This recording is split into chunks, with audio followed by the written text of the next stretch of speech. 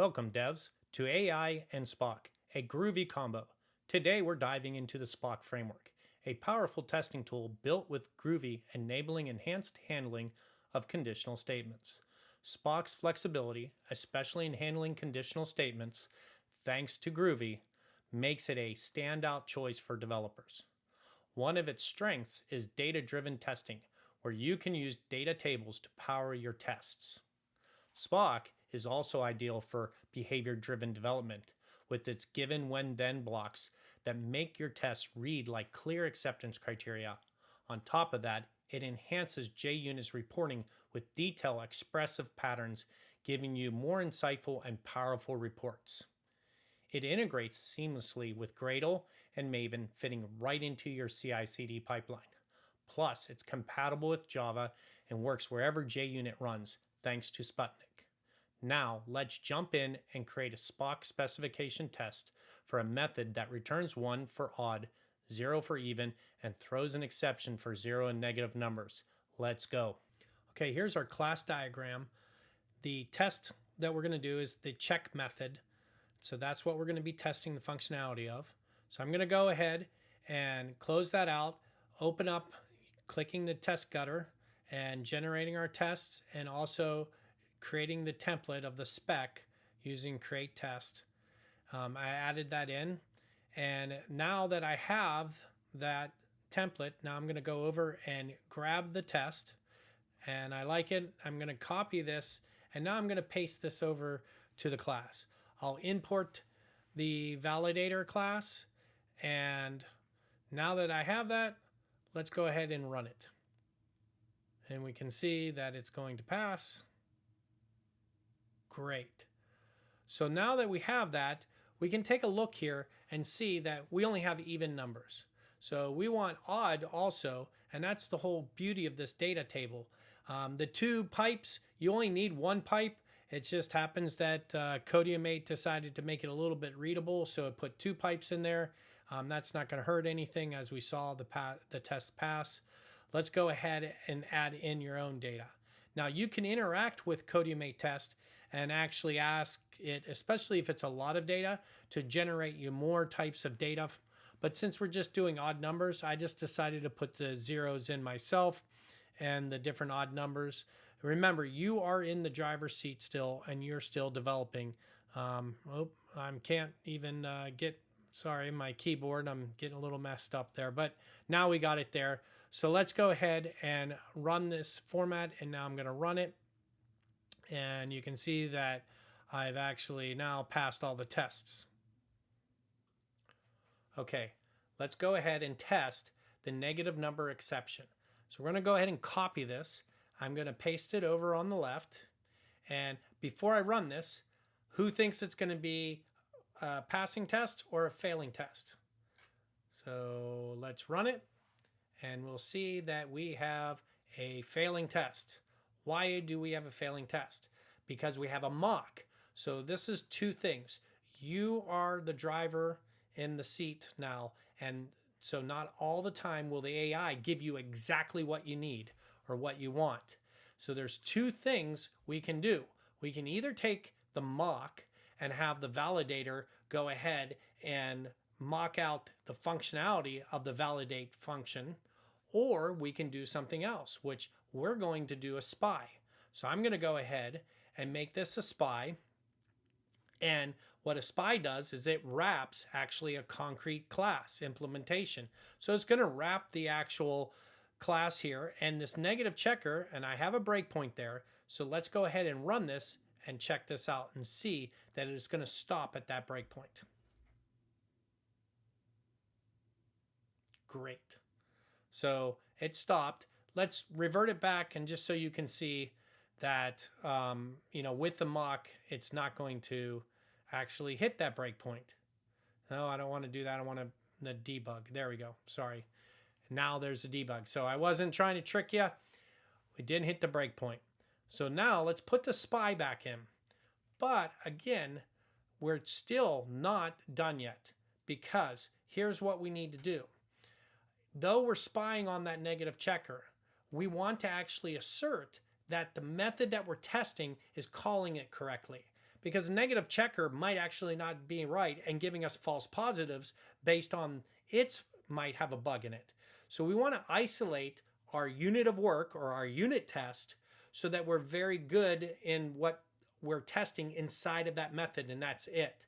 So you can still exercise your concrete classes and your implementations, but you're actually spying and making sure that you passed in the right information. This is very big when you're writing a lot of unit tests and you're worried about brittleness or you have to debug something. You can actually assert, hey, is this method working, or is it the actual other class that I was calling that's now has a problem? So if we look at this, we're going to do and say one time that it has to be invoked, and it should be with validate and the number that's passed in. So we're going to say, look, are you calling it? Yes. And it called it, and perfect. Now I'm going to go ahead and put let's just put a basic random number in there, like 900. And we're going to run this, and you're going to see that it's going to fail. Why? And look what you got. Too few invocations for what? The one validator. So this is key. This is very powerful. If you look at this, unmatched. So that means you are spying on that. You're saying it's supposed to be at least called once, or not at least, but called once. And it's supposed to be a -1, because you see -1 on line 46, that is in a data pipeline. So a data table, and this is a data pipeline. That's the same thing almost. It's just an array, and it's putting it into the number variable that we're using. So now you know that we have data tables, these data pipelines that you can actually feed in there. So that is very powerful. So I'm going to put it back to number, and let's run because we want to be green. And we're green. Let's go ahead and check the coverage report on the code that we just tested. Let's see how effective we were with our codium.ai test. I'm going to go ahead and run this, and from my IDE I can run and check the coverage. So this is because of Sputnik and the plugin with JUnit, and you'll see we got 100%.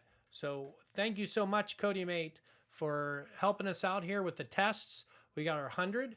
Now I'm going to go ahead and run the Gradle W clean and check. And this is just showing you, this is something you would do in the pipeline. So you can run this in your Gradle. You can run it on your desktop like I just did, which you would make sure all your checks are running and good. But also this is for your pipeline. So we'll go ahead and run this in there, and you'll see in just the browser, just to look at it. And you'll look that this is a JUnit test report here, but Spock has embellished the test names. And you'll see, though, return 1 all the time, but some of those are odd and some are even. So we're going to need to clean that up here in a couple minutes. But I'll show you that. So now let's go ahead and run the actual Jacoco test report, and we will see the actual coverage and know that, oh, we have a little bit more work to do. We won't tackle that in this one, but I already know, oh, I did a terminal, and now I have to do, sorry, that's what I get for going ahead there and telling you, because I already knew that I'm not 100%, I got 50% in my branch. So we'll want to update that one. But again, you're going to want to write that test in there for you. So you're going to want to go ahead and write a test for that negative number checker, not just have it embedded inside the test of the odd even camp. It's the unit of work. So we saw unrolled names, but what we really haven't talked about is the rich naming patterns. So let's go ahead and see an example of that. I'm going to go ahead and close out the HTML, and right here in the name definition, I'm going to put the # and expected, if I can spell it, and then when number is not us, but is number, and remove that. And I'm going to go ahead and run this. And I ran it, and you'll see it's green still, so no breakage, and you don't see any of the numbers right now. So I'm just deleted this. I'm going to put an odd number in there, and it should be, the odd should give me a 0. So let's go ahead and put in the, like, say 3, and we'll see that we're going to get an error, And in the left, when you're looking at this, you'll see that should return 1 when number is 3. So obviously, when your data is right and you have a failure, you'd be able to read this and get a little bit better explanation to help you debug. Now let's go to the command line on the terminal. First, I'll put back to 2. And now let's go and run this on the command line. Everything ran. So now I'm going to go ahead and see this in the browser. And if you look at this, you will see now that we say should return 0 when number is 21, or should return 1 when the number is 2, and also should throw a negative exception when the number is negative. So, and it's showing you the data in the array too. So if you don't put in that rich naming patterns, you'll see that the Spock at the end will put the data in there and you can see what ran the test. So you can troubleshoot it that way too. But the top one is a good way to test out your acceptance criteria, and it can be read by anyone, even your business product owners. They can actually read that and you can say, look, this is doing what I expect it to do. Let's recap. We use codium.ai, our pair programmer, to help us write our tests. We did data-driven testing by using that data table. We also used behavior-driven development to actually write acceptance criteria that had the data in there to be readable by anyone right on that web page. We also used mocks and spies to be able to really isolate and test in that unit of work, and not just for outcomes, but actually if it was calling out to another class, we could spy on it and make sure the data that was passed to it was the actual correct data. So very powerful. Thank you and happy coding with codium.ai.